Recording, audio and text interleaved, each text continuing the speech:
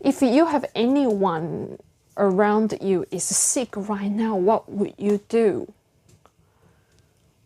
Would you run away from responsibility?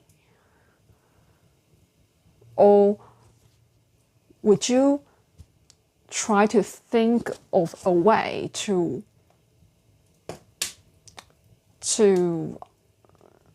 look after this person, to love them as much as you can? The reason why I talk about this question today, I was thinking about some people, when as they get older, they get sick. Maybe their partner gets sick, or maybe their partner has an accident.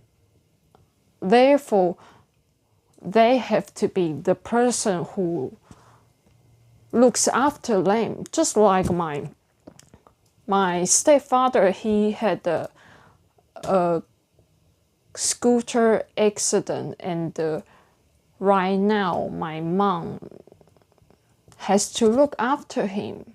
He is unable to do anything right now. He can still walk or eat, but he is not functional anymore.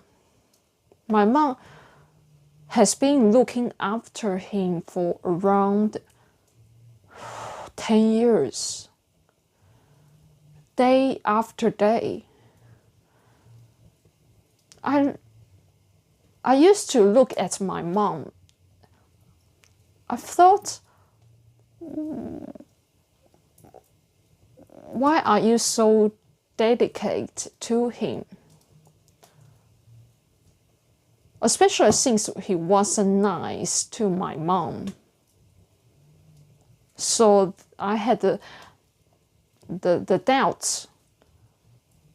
I wonder why she was so responsible to him.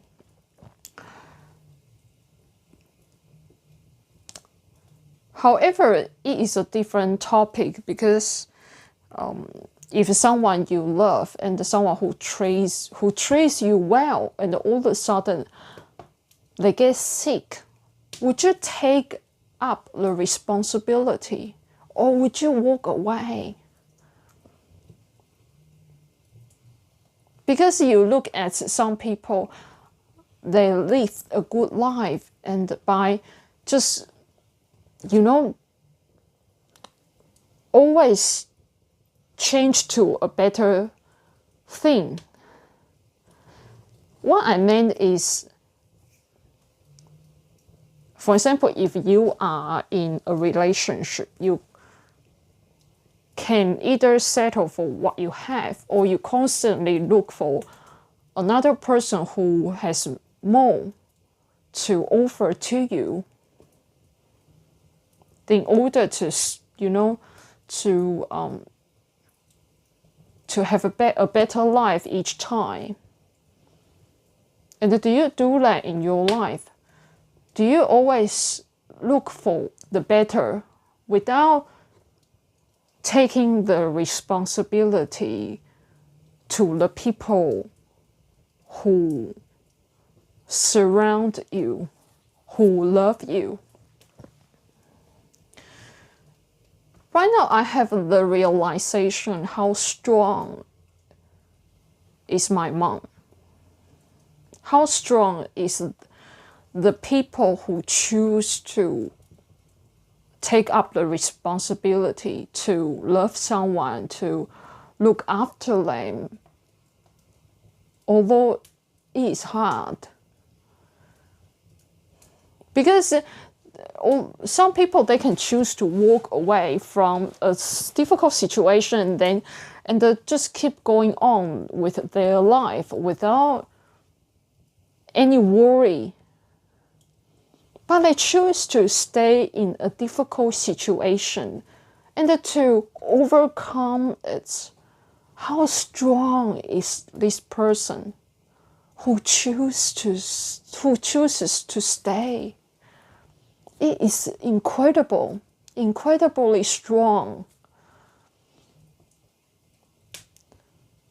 And I want to say to the people who choose to stay, if you are the one who chooses to stay, don't think your life is over.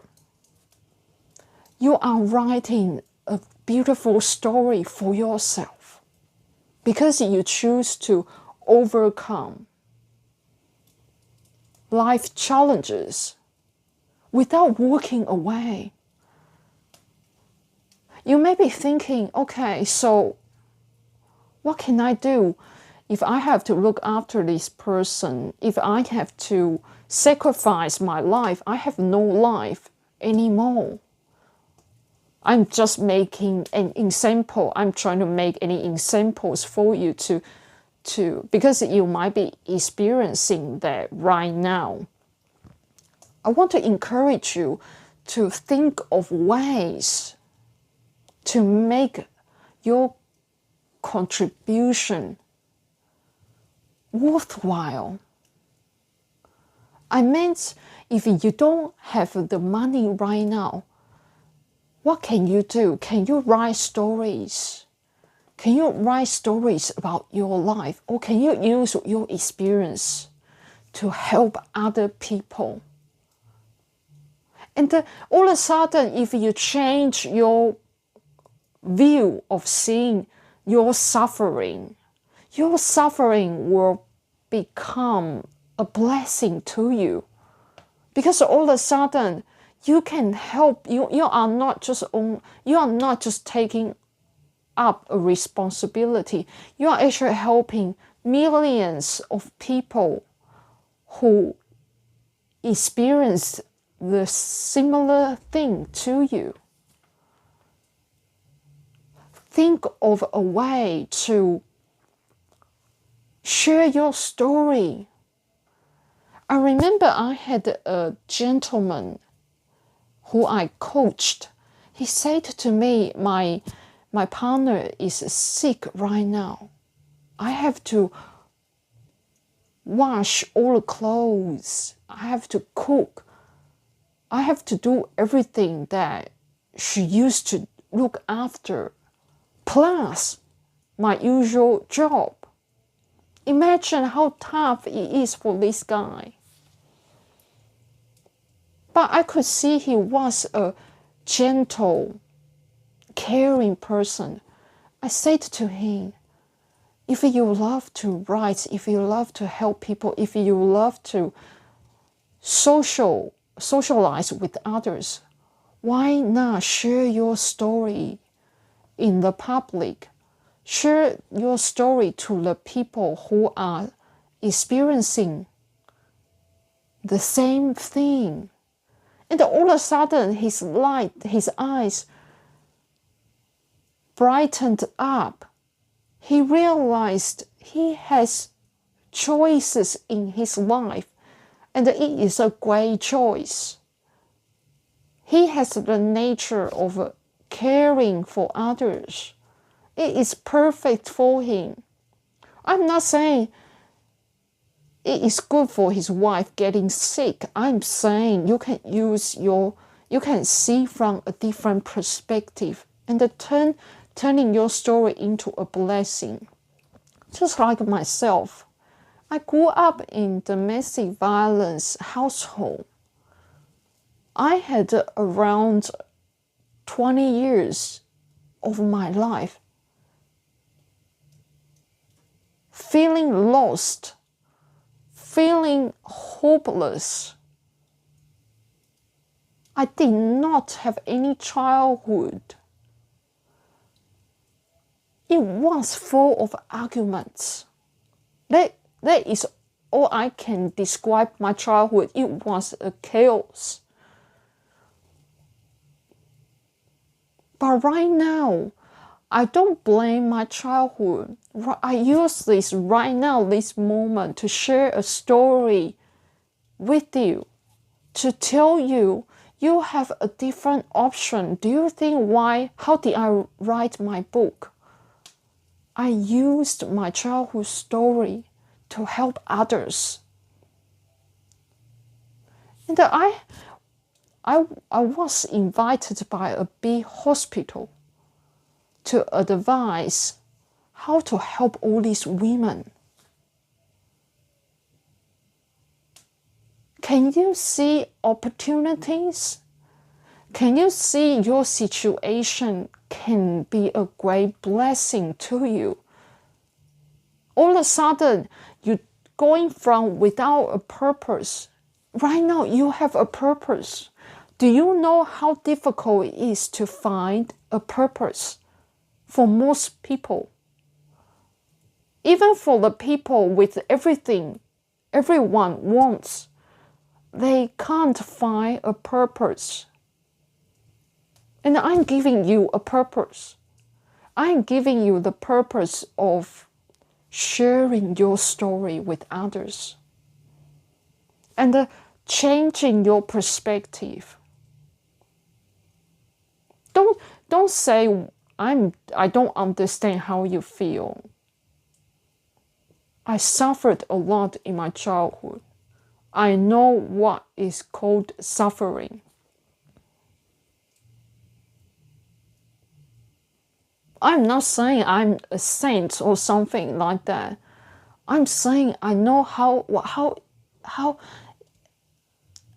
it feels when you have no hope.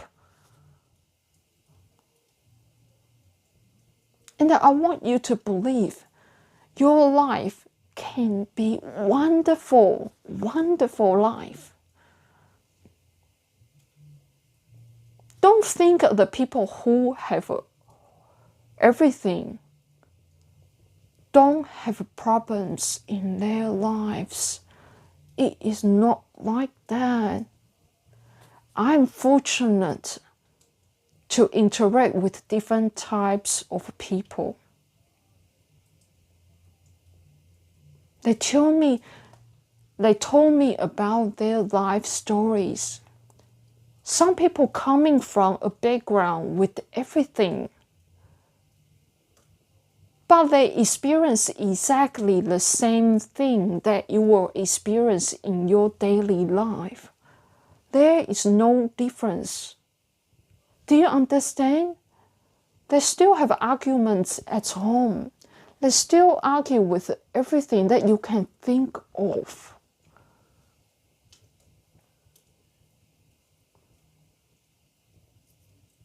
And according to research, one of the factors that can make your life meaningful is through contribution. And right now is your opportunity to make that contribution, to live a wonderful life, to be remembered after you die, that you have helped so many people to see life differently. And I want you to see that hope. I don't want you to feel your life is a tragedy. No one's life should be a tragedy. And I hope the best for you.